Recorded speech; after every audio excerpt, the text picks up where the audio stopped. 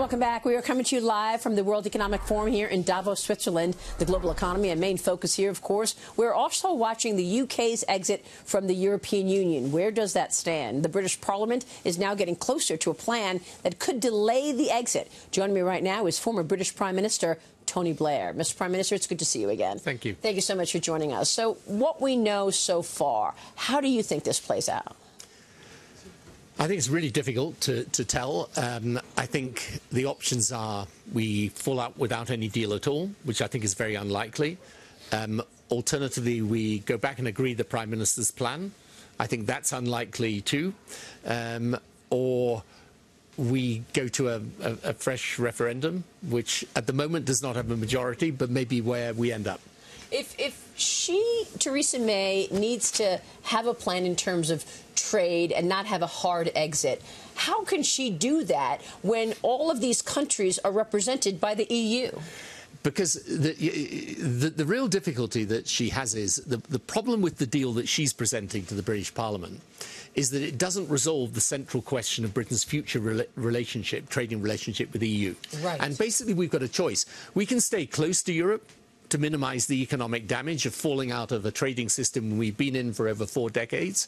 But if we do that and we are obliged to stay bound by Europe's rules, then it's a kind of pointless Brexit. You know, why have you done it? Because the whole purpose of Brexit, if you support it, is to get rid of these rules. On the other hand, if we decide, right, we're going to break free of this trading system and we're going to set our own rules, then you've got a painful period of economic adjustment. So this is the pointless versus painful dilemma the government's in. And the plan that the Prime Minister presented to Parliament really doesn't resolve that question. And that's the central problem with it. So I think one possibility, by the way, is the Parliament then decides it wants one or other of those two things, a close relationship or a distant relationship. But right now, I don't think there's a majority for anything in Parliament.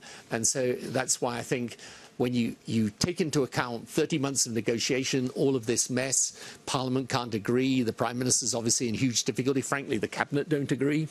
You know, in those circumstances, I think the logical thing is you've got to say to the people who made the original decision, the referendum, OK, given all this, do you want to carry on or do you want to remain in the EU? Why hasn't she been able to articulate more clarity? I mean, this uncertainty, you've got Dyson announcing it's relocating out of the UK to Singapore.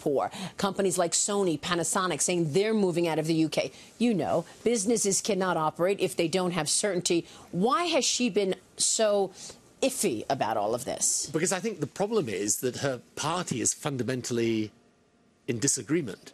And that's the difficulty, because one part of her party essentially really wants to stay in the European Union, and the other part really want to break free. And some people say, well, maybe we do a compromise where, as I say, we stay close to Europe's rules, but then the bit of the Conservative Party that's in favour of Brexit doesn't want that either. So the essential problem the Prime Minister's got is that there's a fundamental division in her party, and indeed in the country, to be fair, and it's very hard to resolve it.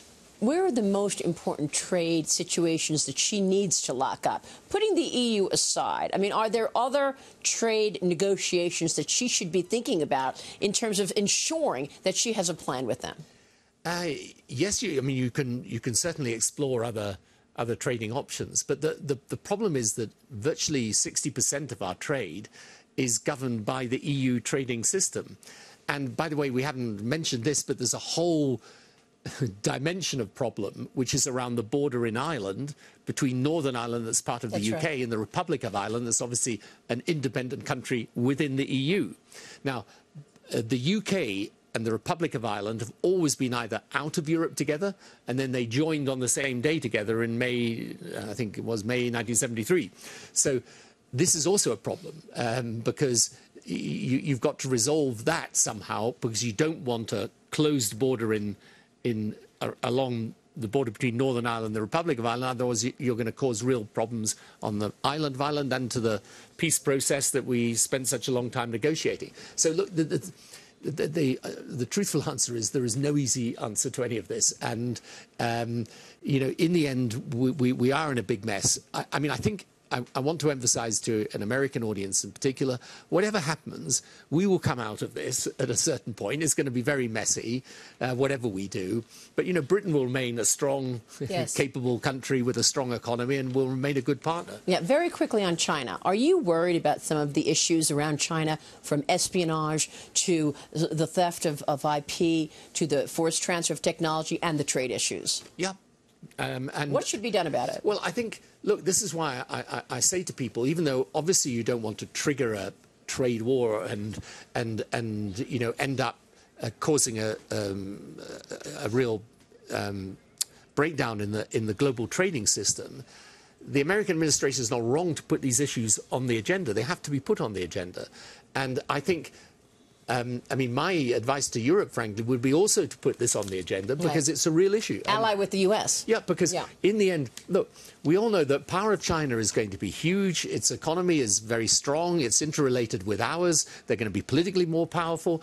But we need to make sure it's done on a fair basis. Now, I hope that we will get a resolution of this so that we can dial back down the rhetoric, right? Yeah, the rhetoric and the activity, but the issue has to be dealt with. Mr. Prime Minister, thank you for joining us. Thank you. Good to see you, Prime Minister Tony Blair.